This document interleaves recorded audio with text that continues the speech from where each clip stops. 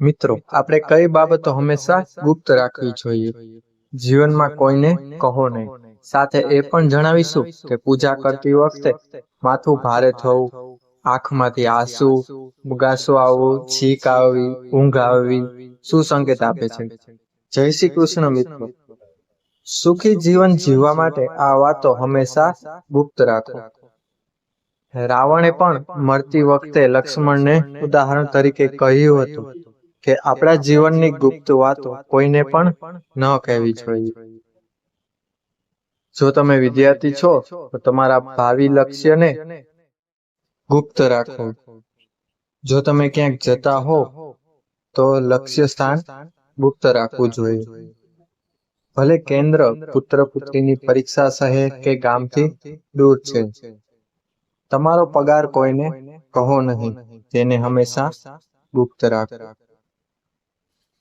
જો તમારી job intelligence બ્યુરોમાં છે તો તે ગુપ્ત રાખો. જો તમારે ક્યાંક જોબનો ઇન્ટરવ્યુ આપવાનો હોય તો પડોશીઓ અને મિત્રોથી તેને ગુપ્ત રાખો. એકવાર સિલેક્ટ થઈ ગયા પછી તમે જોડાશો ત્યાં સુધી કોઈને તે વાત જણાવશો નહીં. જો તમે લગ્ન કરવા જઈ રહ્યા છો તો સરનામું લગ્ન સુધી ગુપ્ત રાખો.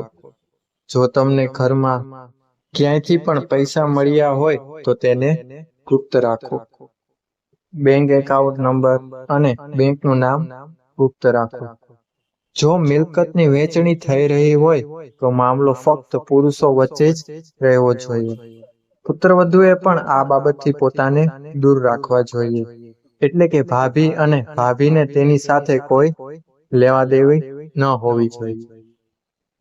જો બહેન દીકરી વચ્ચેનો સંબંધ નક્કી થઈ ગયો છે, લગ્ન સુધી સંબંધની વાત મુક્ત રાખો. છોકરીને બતાવતી વખતે પાડોશીને કંઈ કહો નહીં. જો અચાનક પડોશી ઘરમાં આવી જાય તો કોઈ બહાનું કાઢીને તેમને બહાર કાઢો. જો કોઈ ભૂલથી તમારી બહેન દીકરી ગર્ભવતી થાય તો ગુપ્ત રાખશો. જો કોઈ પ્રેમ સંબંધ પ્રકાશમાં આવ્યો હોય તો તેને ગુપ્ત રાખો. પતિ પત્ની વચ્ચે પ્રેમ સંબંધની રહસ્યમય વાત હોય કે મતભેદ, આ બાબતો હંમેશા ગુપ્ત રાખો. જો દીકરો બગડી જાય અથવા વ્યસ્ત હોય ત્યારે દારૂ પીવા અને જુગાર રમવાનું શરૂ કરે તો તેને ગુપ્ત રાખજો. દીકરા વિદેશમાં જો તમે વિદેશ ભણવા ગયા હોય તો તમારું ચોક્કસ નામ અને સરનામું ગુપ્ત રાખો. દુશ્મનો વિદેશમાં પણ તમને ફોલો કરી શકે છે. પ્રોપર્ટીના પેપર્સ સિક્રેટ રાખો. જો તમે નવી પ્રોપર્ટી ખરીદી હોય તો જરૂર સિવાય કોઈને કહો નહીં. લોકર કઈ બેંકમાં છે અહીં પણ સિક્રેટ રાખો. બેંક મેનેજરની હાજરીમાં પણ લોકર ખોલવાનું ટાળો. જો તમારી પાસે ઘરે ઘરેણાં હોય તો નોકરોની સામે બહાર ન કાઢવા જોઈએ. નોકરાણીને તમારો મિત્ર ન ગણો. તમારો મોબાઈલ નંબર ફક્ત નજીકના લોકો સાથે જ શેર કરો, પરંતુ તમારું credit card debit card number કોઈની સાથે શેર કરશો નહીં. બહારથી 14 વર્ષની વય વચ્ચેના બાળકો શાળાએ જાય છે અને કયા વાહન દ્વારા જાય છે આ વાત પણ ગુપ્ત રાખો. જો તેમનું વાહન શાળાએ નક્કી ન કર્યું હોય તો ડ્રાઈવરના સંપૂર્ણ સરનામાની પણ નોંધ રાખો. જો તમે ક્યાંક પ્રવાસે જાઓ તો આ વાત પણ ગુપ્ત રાખો. તાળાને નાના કપડાથી ઢાંકીને ક્યાંક જવાનું સારું રહેશે. તમે ક્યારે પાછા આવશો તે તમારા પાડોશીઓને પણ જણાવશો નહીં. જો ઘરમાં કોઈને ગંભીર બીમારી હોય તો બીમારી તેને ગુપ્ત રાખો. ઇમરજન્સીના કિસ્સામાં જ બહારની વ્યક્તિની મદદ લો. જો બાળક નિષ્ફળ જાય તો તેને ગુપ્ત રાખો, નહીંતર મામલો પ્રકાશમાં આવશે. બાળકના દિમાગ પર તેની વિપરીત અસર પડશે. લગ્ન કર્યા પછી ભૂતકાળના પ્રેમ સંબંધો વિશે કહેવાની જરૂર નથી. જો તમે લગ્નની રાત્રે જ તમારું રહસ્ય જાહેર કરશો તો ભવિષ્યમાં તેના ગંભીર પરિણામો આવશે અને તમારે હંમેશા ટોળા સાંભળવા પડશે. તમારા ઘરની વાત અન્ય કોઈને ન કરશો. દરરોજ પોતાને સુધારવા માટે અમને સબસ્ક્રાઇબ કરવાનું ભૂલશો નહીં. કોઈ ગરીબને આપેલું દાન જાહેરમાં કોઈને કહેશો નહીં. કોઈની પાસેથી લોન લેવા અથવા ઉછીના લેવા વિશે કોઈને કહો નહીં. કોઈ વૃદ્ધ વ્યક્તિ દ્વારા લખેલું વસિયતનામું તમારી પાસે રાખો અને ખૂબ જ નજીકના વકીલ સિવાય કોઈને પણ આ કહેવાનું નહીં. જો વારસદાર નાલાયક નીકળે તો પછી અયોગ્ય દબાણ વડીલ વ્યક્તિ પર તેમની ઈચ્છા મુજબ લખેલું વસિયતનામું મેળવવા માટે મૂકી શકે છે.